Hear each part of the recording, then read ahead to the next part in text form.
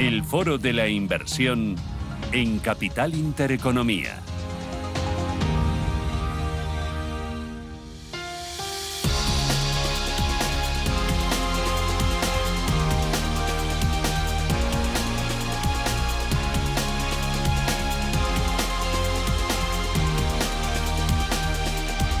En el Foro de la Inversión hoy vamos a poner el foco en la renta fija. Vamos a ver cómo se ha comportado en este arranque de ejercicio 2024 y sobre todo dónde podemos encontrar valor. Para ello me acompaña Manuel Mendívil. Manuel, ¿qué tal? Muy buenos días. Buenos días, Susana. Desde Arcano Capital. Oye, muchísimas gracias por venir aquí. Está movidito el mercado de la renta fija, ¿no? Sí. A ver, no nos podemos quejar, porque la renta fija en Europa siempre tiene la característica, sobre todo para los americanos, de aburrida. Desde hace un par de años es de todo menos aburrida. Bueno, hay mucho baile y hay alguna que otra decepción, porque este año de todos los activos de renta fija están en negativo todos, menos uno. Menos el high yield, efectivamente. Bueno, ya sabes que en el país de los ciegos el tuerto es rey. La verdad es que el high yield sigue siendo el patito, no voy a decir el patito feo porque históricamente, bueno, podemos hacer las series de 5 años y como quieras, la verdad es que la rentabilidad sigue siendo acumulada más alta que el investment grade. El investment grade ocupa un porcentaje muy alto en las carteras de renta fija, el high yield sigue estando infraponderado. Pero bueno, todo esto se corregirá a medida que se reconozcan las virtudes de las E-Class. Claro, el investment grade, la alta calidad, ocupa un papel muy importante en las carteras del inversor español porque mucho inversor español y mucho gestor lo que quiere sobre todo es estrategias simples y estrategias seguras ante todo.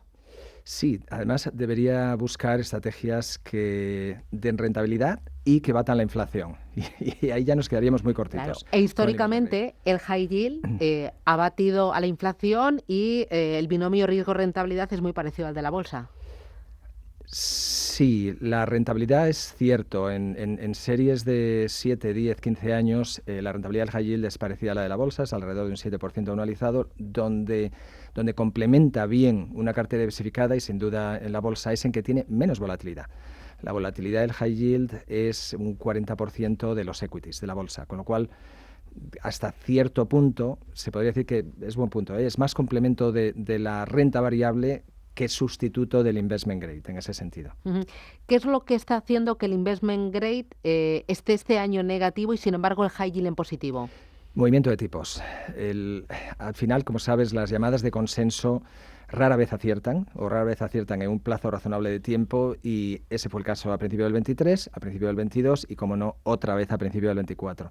Los tipos soberanos, en este caso el Bund, el que manda en Europa, a 5 años, el Bobel y el Bund a 10 años, lo que han tenido es un ensanchamiento de 40-47 puntos básicos, es decir, un 20%. Este será el escenario que absolutamente nadie pensaba en Nochevieja. No, los rates van a caer, entonces hay que ir larga duración, investment grade, pick up en precios. Bueno, pues de manera, pues como suelen hacer los mercados, confundir a todos cuando se espera y cuando haya un consenso, y es lo que está pasando. Ese movimiento de rates hace que los activos de renta fija de más duración pierdan dinero.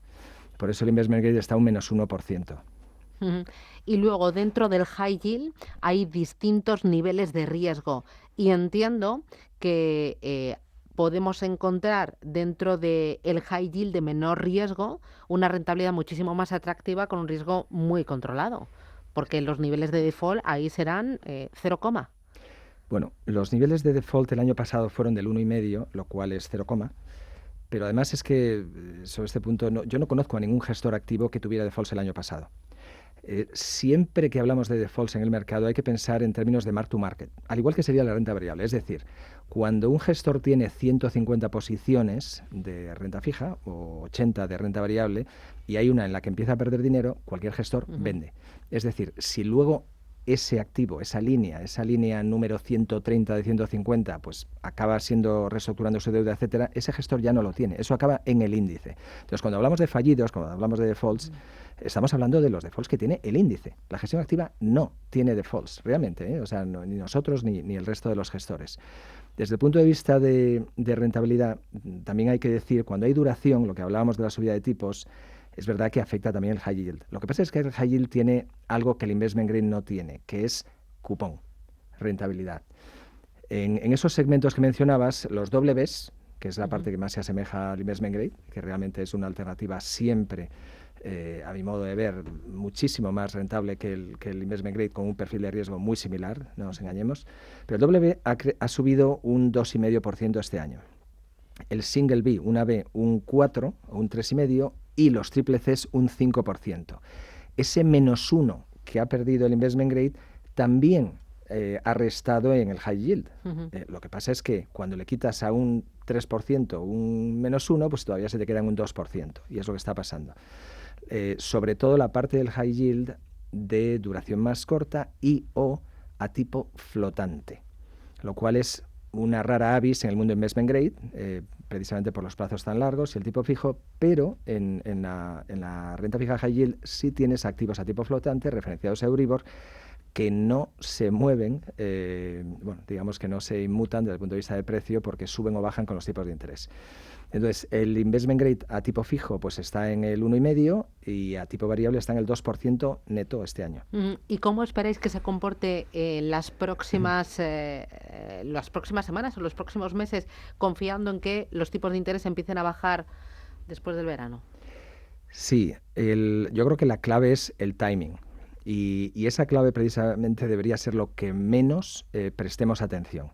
Da igual si es a principio de verano o en septiembre o en diciembre o en febrero del año que viene. Lo importante es que se va a dar esa bajada de tipos. La bajada de tipos siempre es positiva para la renta fija. O sea, no hace falta tener un doctorado en Harvard para decir eso. Y es verdad que esto beneficia más a las estrategias de larga duración. Entonces, nuestro escenario base, por responder a tu pregunta, es de un soft landing, realmente, no recesión, pero con bajadas de tipos menores en número y en tamaño. Entonces, que es un poco lo que está pasando. Casi el escenario actual es el de no landing, ¿no? O sea, inflación alta, tipos altos y crecimiento alto. Pero en este escenario de un retraso en las bajadas de tipos, estrategias que tengan ese componente de flotantes que decíamos van a ser más defensivas durante al menos 3/4 partes del año. Estamos hablando de rentabilidades por añadir valor del 7, del 8% este año, que no está mal, efectivamente. En el momento en el cual bajen los tipos de interés, o 3 meses antes, pues el mercado es eficiente, los activos de más duración, incluido el investment grade, van a subir, sin lugar a dudas. Con la renta fija uno tiene que tener en cuenta o tiene que trabajar con el riesgo de tipos de interés y también con el riesgo emisor. Y ahí me decías que estaban las calificaciones. Sí. Dentro del high yield, el que tiene una mayor calidad es la W mayúscula, sí, y la que tiene una menor calidad es la triple C mayúscula. Ahí podemos encontrar emisiones de grandes compañías conocidas por todos, españolas, europeas, americanas, pero gigantes de todos los sectores, ¿no? Dame algunos nombres. ¿Españoles? Sí, por ejemplo. Pues, por ejemplo, Antolín, por ejemplo, Gestamp, la Universidad Alfonso X el Sabio, por ejemplo, Grifols, que está muy en candelero. Por ejemplo, Grifols. Estamos hablando mucho de la caída en bolsa de Grifols. ¿Los bonos de Grifols son high yield? Lo son, sin lugar a dudas. ¿Qué han hecho los bonos de Grifols? Bueno, pues con el primer informe de Gotham, el vencimiento más a corto plazo, el del 2025, estaba tradeando a niveles de 97-98% de par, digamos, un descuento de 2% sobre el precio de emisión, valor de emisión. Con el primer informe de Gotham, ese precio, y después de, digamos, toda la volatilidad que hubo, realmente solo cayó 5 puntos, es decir, bajó de 98 a 93%. Esto no es mucho. Ten en cuenta que en una cartera diversificada que tienes un 0,5% en esta posición, pues el que te caiga un 5% del 0,5% ni te das cuenta. O sea, realmente dentro del mundo de la renta fija un 5% no es material. ¿Qué pasó después? Hasta hace 3 días remontaba. O sea, y ese 93, 92 subió hasta 95. 95,5 versus el 98. ¿Qué ha pasado ayer? Ha vuelto a caer unos puntos, pero poco. ¿Por qué? ¿Por qué cuando se duda sobre el valor del equity y el equity cae un 35%, los bonos prácticamente no se despeinan? Porque esto es obvio, pero el high yield y el investment grade y cualquier instrumento de renta fija es senior en la estructura de capital al equity. Entonces, lo que importa no es la valoración del equity como múltiplo de EBITDA, sino qué múltiplo del EBITDA tiene la deuda, y si esa valoración, si tú tienes una horquilla para la valoración de Grifols de 9 a 13 veces, por decir algo, mientras la deuda esté por debajo de 9, tu deuda vale par, porque a ti te van a pagar. El equity ya veremos si cobra algo o no, pero tú estás primero en línea y tú cobras antes. Por eso, como esa valoración muy conservadora de Grifols todavía te paga la deuda a par, pues, y aparte que tenemos la transacción de China, efectivamente, de la venta de estos activos, que está a la vuelta de la esquina, bueno, pues el precio de los bonos prácticamente no se ha movido. No se ha movido. Prácticamente. Tú, de todas formas, en las carteras de Arcano son carteras ampliamente diversificadas. Sí, efectivamente, 150 posiciones, 120, correcto. Siempre la renta fija es la estrategia de un gestor de renta fija, no tiene nada que ver con renta variable. Renta variable, el que tú encuentres la perla en el océano, esos 3 nombres te va a dar el alfa para batir al índice. La renta fija es lo contrario. No hay ningún nombre que te vaya a dar ese alfa. Al contrario, de lo que se trata es de no pisar charcos, no tener nombres que tengan problemas. Por lo cual, como el coste de oportunidad es muy bajo, reemplazar una compañía cuyo margen, el EBITDA margin, está cayendo por otra, no cuesta nada. Es un 6,5 versus un 7,1, no cambia una estrategia. ¿En tu cartera tenías el nombre de Grifols? Tenía y tengo. Y tienes. Y, por ejemplo, ¿cuántos nombres españoles? Un 10% de la cartera. ¿El resto es global o Europa? Europa. El resto es Alemania, Inglaterra, Francia, Italia principalmente y otros países. ¿Por sí. sectores? Por sectores. Principalmente ahora mismo tenemos servicios. Servicios al final es un cajón desastre que incluye mucho. Tenemos software en segundo lugar. Tenemos telecom, que son grandes emisores de high yield. Tenemos healthcare. Los sectores más pequeños en tamaño, y también porque lo son a nivel europeo, digamos, es el segmento de consumo, el segmento retail. ¿Rentabilidad de las carteras este año? ¿Por qué no me preguntas por la del año pasado? Bueno, pues este año está en positivo el high yield, ¿no? Bueno, ya sé que el pasado no mueve molino, pero el año pasado dimos un 12% neto. Es que, a ver, es difícil repetirlo, con lo cual, repetirlo no verbalmente, sino que se repita el año. Este año, la rentabilidad que llevamos en el año es del 1,6 neta, tampoco está mal. Si lo multiplicamos por 6, anualizándolo, yo firmo ahora mismo. Nadie se quejaría, efectivamente.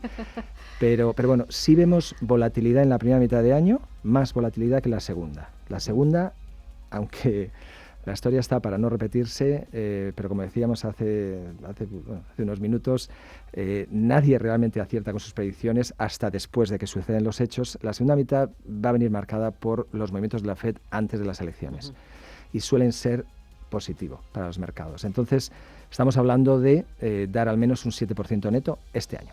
Bueno, 12% el año pasado, de momento enero y febrero un 1,6%, y yo firmo por otro 1,6 multiplicado por 6, que sería lo que nos quedaría, ¿no?, de aquí a final de año. Bueno, pues yo te pongo firmo ya.